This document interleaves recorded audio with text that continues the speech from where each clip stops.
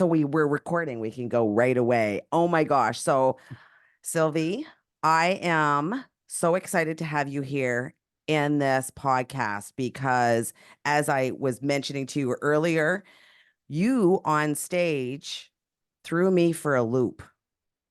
You did. You did. So That's even good to I, hear. yeah, even I met you on the epic stage and you were powerful. You get on that stage with the most amazing background, the most amazing, sharp PowerPoint. I don't know if it was PowerPoint. It was like out of this world. I know that you put a lot of speakers on their heels that were there that day. They were like, ooh, Sylvie's there. Sylvie di Giusto. Sylvie di Giusto, absolutely beautiful. Let's talk 7 seconds. Well, first of all, thank you very much for that intro. Could you call me every day and tell me that every day? I would certainly need it for my self-confidence. That would be so I, amazing. yeah, I would call you every day. You Oh, I had need me it as a thinking deeply. ringtone. Yes, I need it as a Yes. ringtone for my phone. Well, thank you very much. It was a pleasure to be with you. And as a speaker, you can only be as good as the audience is. And Epic is such a fantastic audience and community. So I was honored to spend some time with you back in December in Toronto. And what you said actually is good news for me because I always believe that the comfort zone is a very dangerous place to be. It's where we don't grow, where we stagnate. So I'm happy that I have achieved what is my goal, which is to take you a little bit out of your comfort zone. Yes. And you certainly did. You know, we have pillars and practices here at Dovico. And pillar number 3 is stay in the uncomfortable. Okay. And we often ask for people here to be in the uncomfortable, and that is where growth happens. And you certainly, I'm not going to say that you put me in the uncomfortable, um, but you had me thinking. You certainly had me thinking. And whenever I get into that place of bewilderment, and I start questioning myself, should I be showing up in a onesie to these meetings? It really put me on my heels. I'm going to tell you. And I was in the bathroom and we were all talking, and I said, "Oh, geez, like I go to the I go to the meetings in onesies, like virtually online, and everybody's like, Shelley, go for it. You can continue to go into meetings." And I realized in my onesie, and I realized that's not what you were saying at all. It wasn't about the clothing. I Mhm. was truly listening, and I was listening in a place that was going to make me comfortable. Yes, My good, perfect. Yeah, yeah. So I want to thank you. I want to thank you for, first of all, I want to thank you for the 3 books. I haven't received the last book. When is that last book going to come out? So I just want to say, Sylvie is an author. Fair Advantage, Mhm. book number 1. The Image of Leadership, book number 2. And Make Me Feel Important is what's coming next. Yes, with a little bit in between because the image of leadership just turned 10 years. Wow. And based on that anniversary, there will be some special editions coming out throughout the next month. And then at Mhm. the end of the year, we have Make Me Feel Important. But all books are around the idea from different perspectives, of course, that we all make a first impression on somebody when we interact with somebody for the very first time, right? And that's why I always, since you referred to those 7 seconds, use just one of the studies that are out there. There are many others. Some say it takes 3 seconds. Some say it takes 13 seconds. Online, it only takes milliseconds. But what they all have in common is the fact that we all judge each other in those first micro moments. And the reality is that has nothing to do with the fact if you're a good human being or a bad human being. If you're in your body or in the body of Mother Teresa, we all do it. It's just automated brain performance because our brain tries to instantly understand, is the person in front of me a fool or a friend? Can I trust that person or not? Is that person knowledgeable or not? Can that person do something for me? And hence people make instant decisions of each other and decide, will I hire you? Will I promote you? Will I buy from you? Will I buy into you? And as powerful as those first seconds actually are, the bigger challenge happens afterwards. And it happens afterwards because a series of powerful sources, unconscious biases, are working against you or for you. You know, we humans, we just want to be right. We are crafted in a way that we always want to be right. So we look for proof. And we ignore anything that goes against our initial opinion about a person.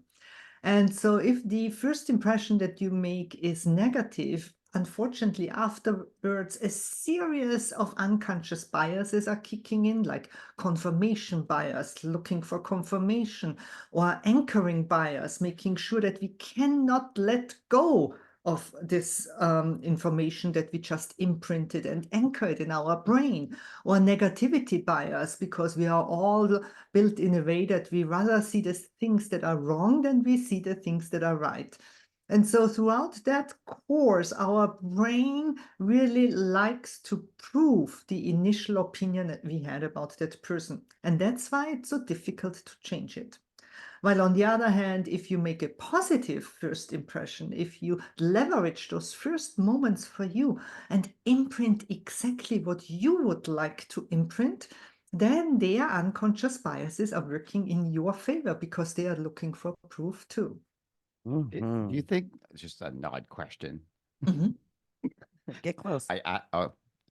Question is, do you think that's why we have such a hard time to forgive? Yes, Oh, yeah. absolutely. Mm. Absolutely. That's a very good point. And you know, when people ask me, for example, what do I do when I make a wrong first impression? Can I fix it? Absolutely. You can fix it anytime. The way there is just harder that when you try to control that first impression and make it what you want. And in terms of forgiveness, it's the same. You have to overcome all those unconscious biases, all that disappointment in the other person that you have or they have in you, and will be constantly drawn back to the original incident that, for example, happened. Now, of course, there are different levels, right? There is a difference if I just wear something inappropriate one time. It's easier to overcome that than if my behavior or my communication caused real pain, for example, with somebody else. What do you think of this? There's a difference. Like, there's a difference between, something like, danger for sure, Mhm, and, the way I dress or the way mhm, I cut my hair or mhm, the fact that I'm a white man kind of thing, mhm, right? mhm. If I'm triggering you because I'm a white man, there's not much I can do about that. Like, unless I start like, Oh, I would disagree. I okay, would let's go absolutely into it. What can disagree, I do? right? Yes. Well, look, when we imprint on others, I call it an imprint. We leave an imprint in somebody else's mind or brain. Then yes, your appearance plays a major role because humans are visual creatures. Our brains are actually quite lazy, and that's why they take a shortcut through our eyes. Our eyes constantly scan our environment and try to understand what is in this environment, including the human beings that are in this environment, right? And your appearance is like a filter that you put in front of you. And it starts with the suit that you are born in. Are you tall? Are you short? What about your race, your ethnic, your background?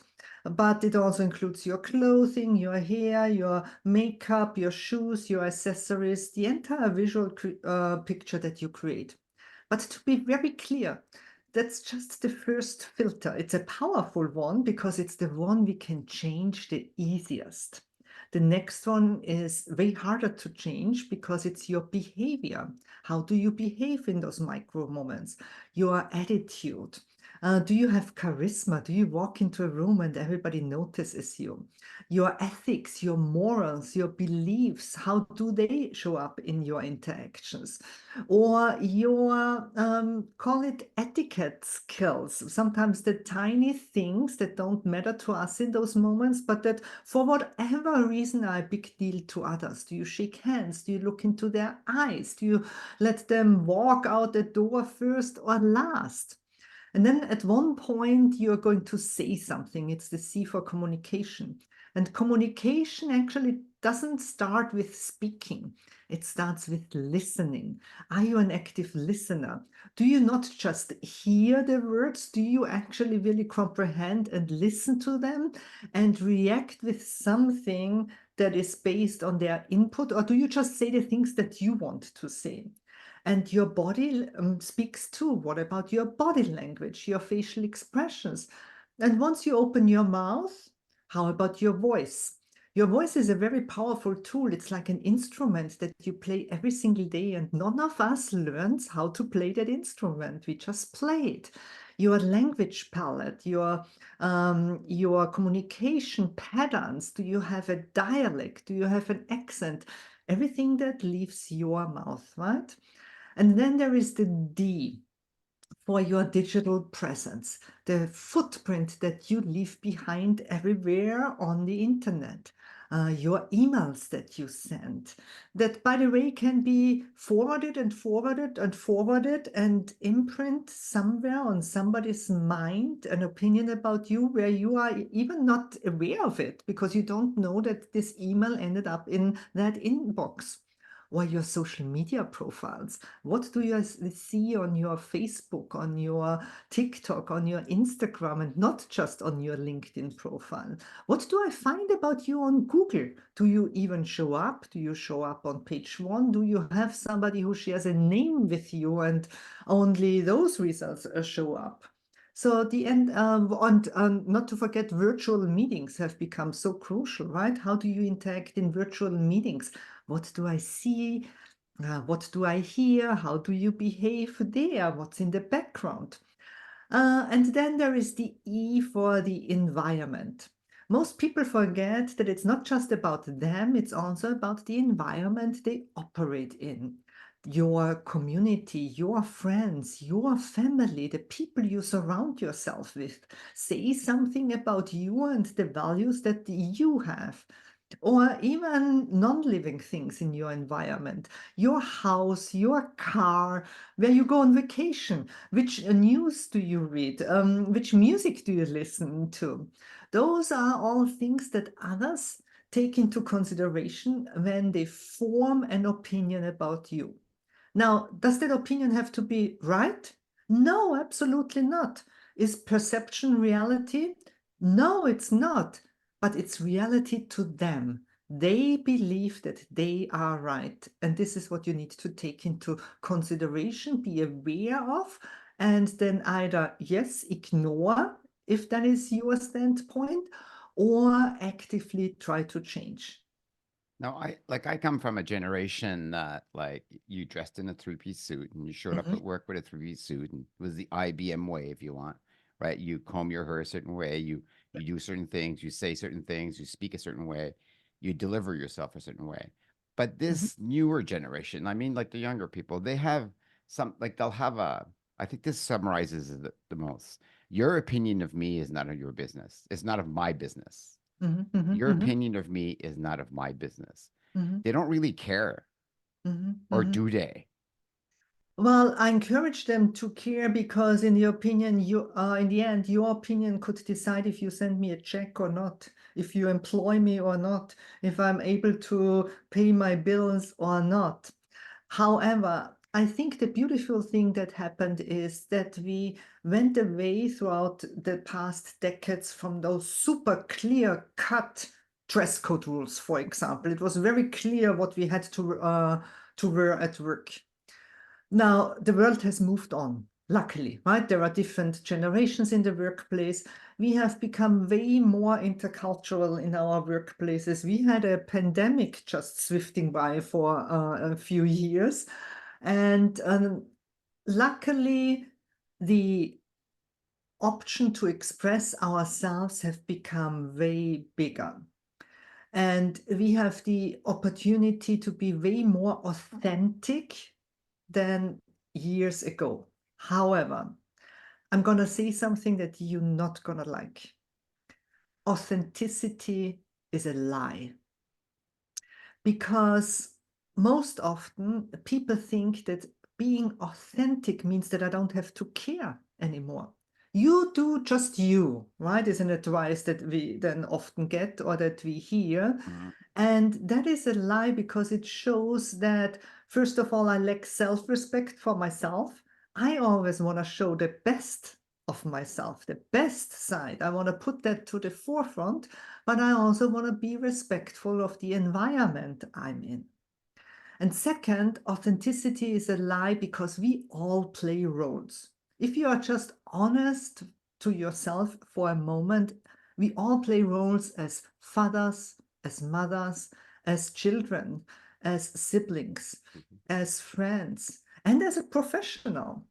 And so just imagine you come home and you would appear, behave, and communicate with your spouse the same way you do with your team members or employees. Well, good luck with that, right? I tried that. That wouldn't work very much. Yeah, that wouldn't work. Or you would appear, behave, and communicate with your children the same way you do with your spouse or with your parents, right? So I do believe that there is a core to your authentic self. But I also believe that this authentic self looks differently in the role that you play.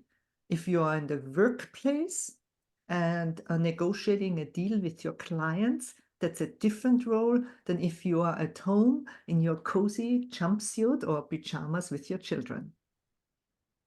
Authentic. That's a big line now today. Like, just be you. Mhm. If you look at most rap singers, pop singers, or even influencers, they talk a lot about be you, be yourself. Mhm. It doesn't Mhm. matter what you do or who you like. And we live in that society now that everything is okay, right? Yes, Just, yes, yes. But put you know, put yourself out there.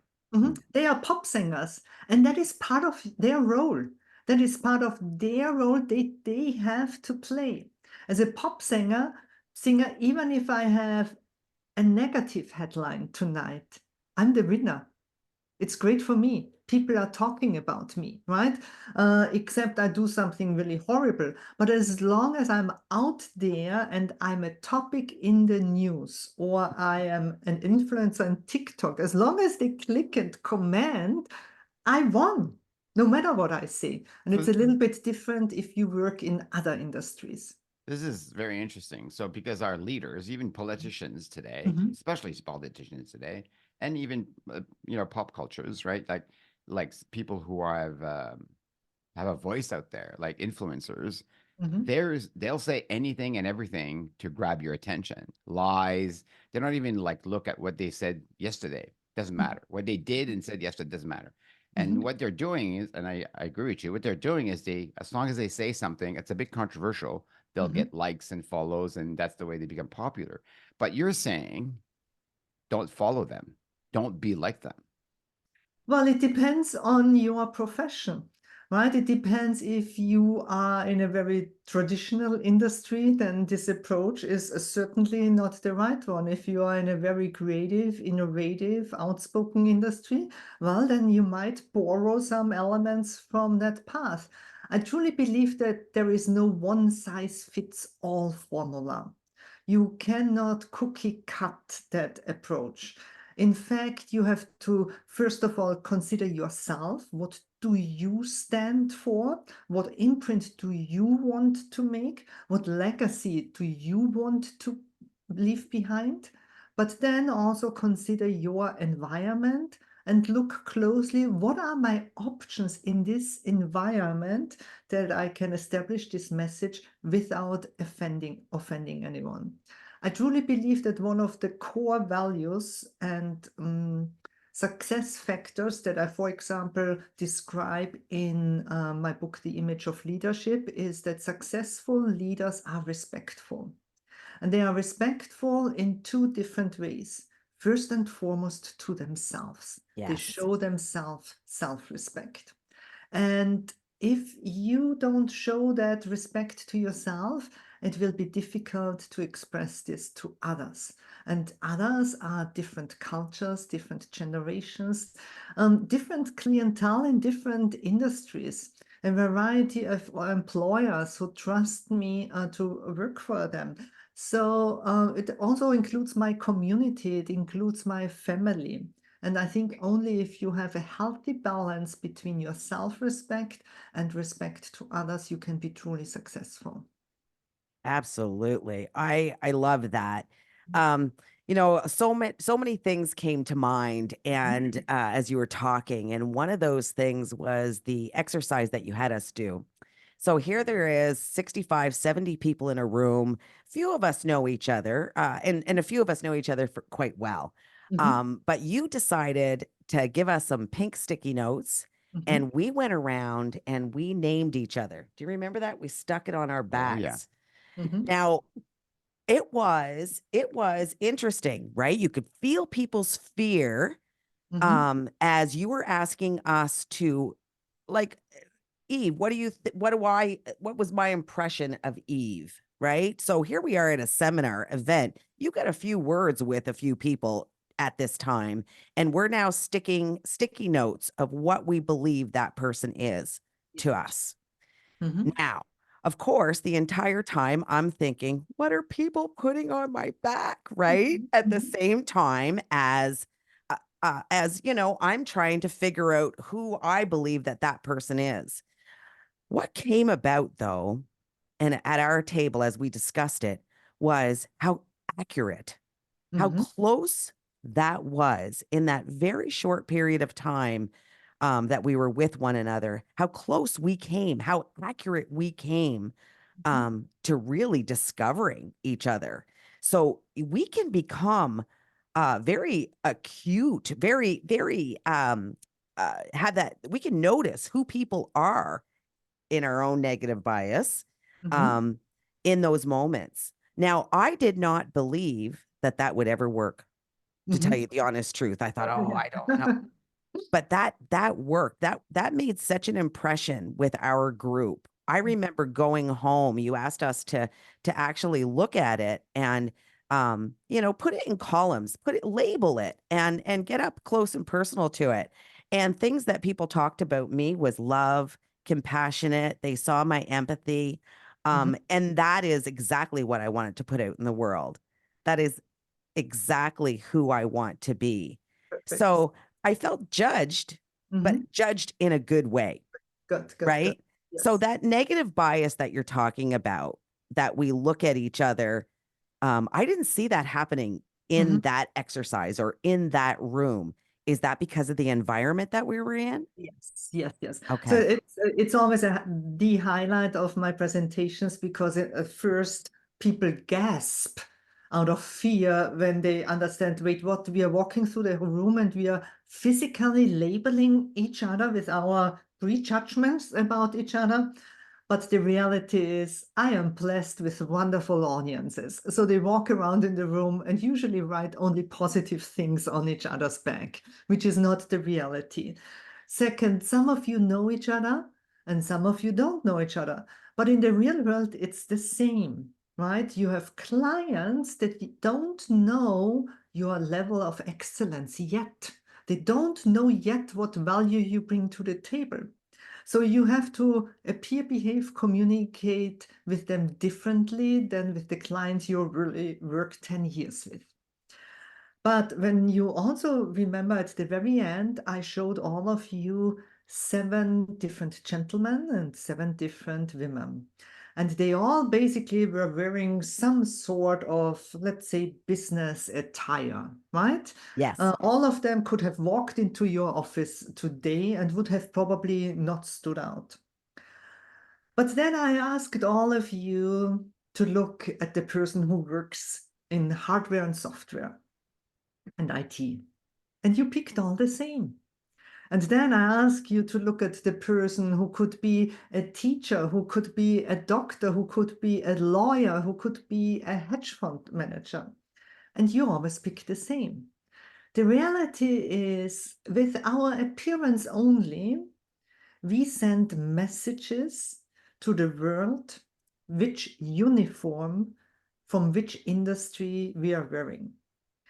And by that, I mean that every industry has some sort of uniform. It's not just police officers or firefighters. It's not just military or doctors in hospitals.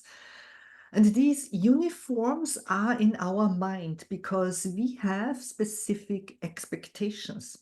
When we interact with somebody in the medical sector, we want to see that they care, that they are approachable, that they are compassionate instantly. That's what we are looking for. Our brain is looking for that. While if we interact with our divorce lawyer, it's not the characteristics we are looking for. And in our minds, hence, a divorce lawyer appears, behave, communicates very differently. And to understand those uniforms, mental uniforms that people have in their minds, on my website, I offer a free perception audit where you can go through a similar experience as you did with the labels. You ask a few or you answer a few questions, and then I will tell you what's the mental uniform is that people think you wear and how they perceive you. And your uniform, quite frankly, is something that we call the caregiver. If I look at you and the caregiver, I can instantly see why people put those labels on you, because those are the more supportive, the nurturing, the caring, the nice, the kind people. We just love being around them because they have a big, big heart and a great soul. They're bigger, and each of those uniforms comes with, with a lot of advantages and fantastic traits, but also with challenges. The caregiver, for example, in corporate environments is usually not perceived as the innovator, as the driver, as the go-getter, because they have this a little bit of a shyness to them, that warmth can be hindering in some situations. Well, if I look at Yves, his uniform, his mental uniform is very different. I bet if he would go through that assessment, he would probably get the explorer.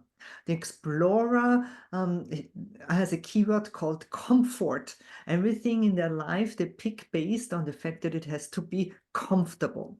And explorers are our nice guys next door, our neighborhood friends. We also like to hang around, but for very different reasons. They are approachable, they are casual, they are fun. We have a good time hanging out with them. But what they don't like is to be cookie cutter boxed into rules and regulations. That's why usually explorers struggle in very traditional conservative environments. So would you both agree with that description? Yes. Yes. That's why I have comfy socks. Box. Yeah, right. So, and we read that just based on your appearance, but of course it also shows up in your behavior, it shows up in your communication, in your voice, in your language palette. It also shows up in your digital footprint. Absolutely. So does this like persona change as you go through life? Yes, it does. Or let me say it, one does and one doesn't. So there are three core personas. Those are the ones we are born with. Those are the ones we carry throughout our life. I call them the explorer, the traditionalist, or the cosmopolitan. And those are the ones you should never change because that's your core. If you try to change that, those are the explorers who try on a tight suit or try to behave or try to communicate like a cosmopolitan, and they feel uncomfortable because it's not true to themselves, right? And we feel uncomfortable because something is just off, something is not real. And then there are the four secondary personas, and I call them the caregiver, the avant-garde, the glamorous, and the dramatic.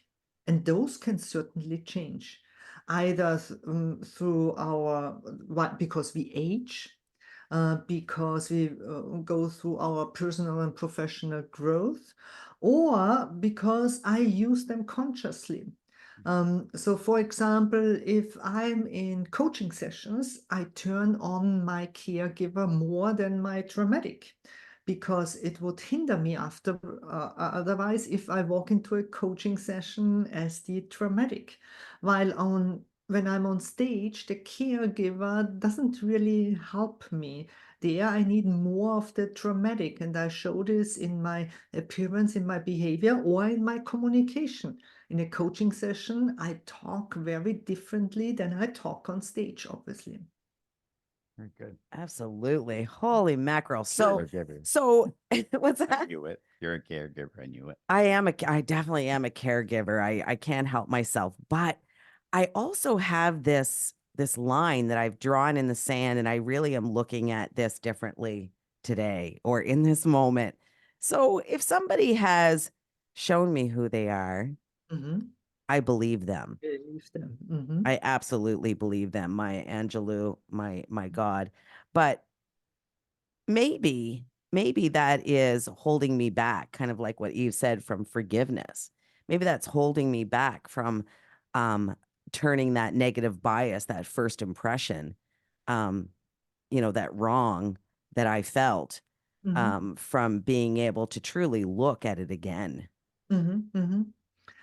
Well, I think the first step is always awareness. The fact that you are aware that you might be impacted by your very own biases is a huge step. It's a step that many don't make and take. Science currently, as of now, knows of 185 biases. Now, can you be aware of all of them? There is a bias that you are biased, right? Yeah. It is difficult. You can't always be perfect. You can't always appear, behave, and communicate in the way that is picture perfect. I make mistakes every single day. But what you can do is first to create a bigger awareness about it, and second, to control it better. Because if you don't take control of it, somebody else will. I always tell people your image or your perception or your brand is not what people tell you to your face. It's what they say behind your back, what they Hmm. really think about you, right? And the only chance that you have is to control that process as much as you can, because otherwise you give control to others. Oh, that is absolutely beautiful. Absolutely beautiful. That's a great way to end this segment because people, it's powerless, right? It's powerless without you adding to it just absolutely love that. Oh, thank you so much. Sylvia, I wanted to get into, your boating. I Um, can't believe that you're a skipper. Like when I saw that, I was like, mm, wow, that's absolutely amazing. Um, I wanted to get into a little bit more about our epic community, but maybe we can do this again next. I Absolutely, would absolutely absolutely. love that. Yeah, Yeah. thank you so much. Eve, do Maybe you you have any come last? visit me. Maybe you come visit me, and the next time we do it on Oh, the boat. that would be great. Yeah, okay. I can dress like a sailor. Well, yeah. Eve, You change my personality. Well, Eve, Or a fisherman. to be very honest, it is brutal winter right now here in Hmm. Florida. I'm sitting here with a blanket on my lap because we are facing 64 degrees Fahrenheit. Oh, oh, okay. Well, we're here in Eastern Canada Yeah. and we have you beat. so that's not a summer for us. I can guarantee you. Why aren't you on the boat? This is my question. Because it's 64 degrees. Yeah, it's minus 21 here with the wind chill. I don't think she understands that. Minus 21. Yeah, she understands that. Yeah, You can Celsius. Yeah, okay. Celsius. Yeah, Okay. look it up. You can Google that. Yes. Oh, okay. Thank you so much for being here. I'm Shelley Butler. I'm Yves Doucet. And Sylvie di Giusto. I will be sending you a line so you can put that right on your phone and you can listen to that every day. Um, thank you. I want to thank you so much for everything that you have brought to my life everything that you're bringing to the Doviconians and our community. I appreciate you so much. You said it just in a different way for me. And I had that aha moment. Thank you. Thank you for being Thank you. here. Thank you. Mwah. Love you. Get your workout in.